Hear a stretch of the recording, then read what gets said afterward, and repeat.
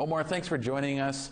Can you tell me why the financial picture for the LNG Canada project in BC looks a little less rosy now than it did just a few years ago?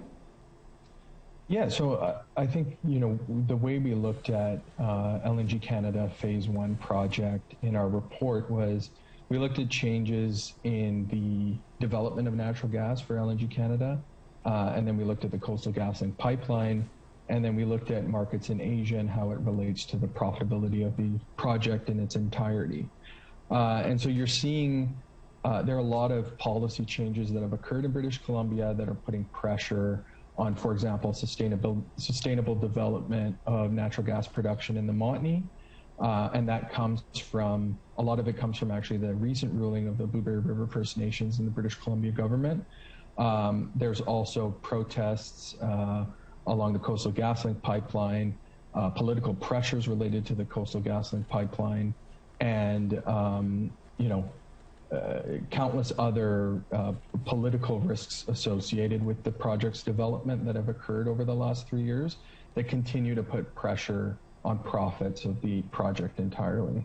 So Omar, how is what is currently going on in the Wet'suwet'en territory and with the Coastal GasLink pipeline affecting this project?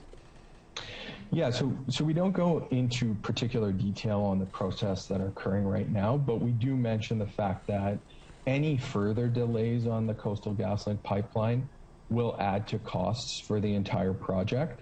Coastal GasLink is essentially the most essential part of the project, and if it doesn't get on time, LNG really can't get shipped from the Kitimat facility. And so, so any protests, any disruptions in the construction process that cause further delays will likely increase costs, and someone, whether it's LNG Canada or TC Energy that builds the Coastal GasLink pipeline, one of the two are going to have to bear the costs.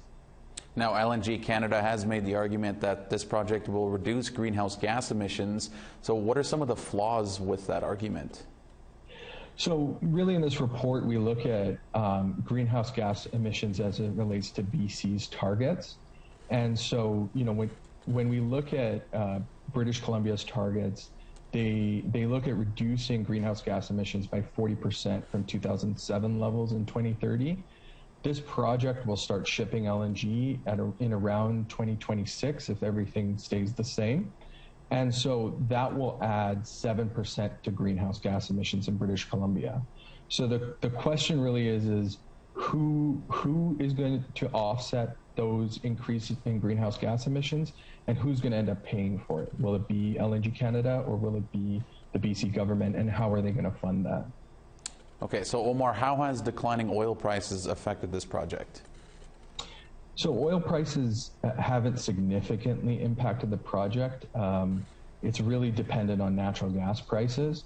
And really it's an infrastructure project at the end of the day. So really, any cost increases on the fixed cost side is what will impact the project most. So, there can be the argument made that a lot of the wells in the BC Montney produced products, liquids that are related to the price of oil, but it's not going to significantly impact natural gas prices, essentially.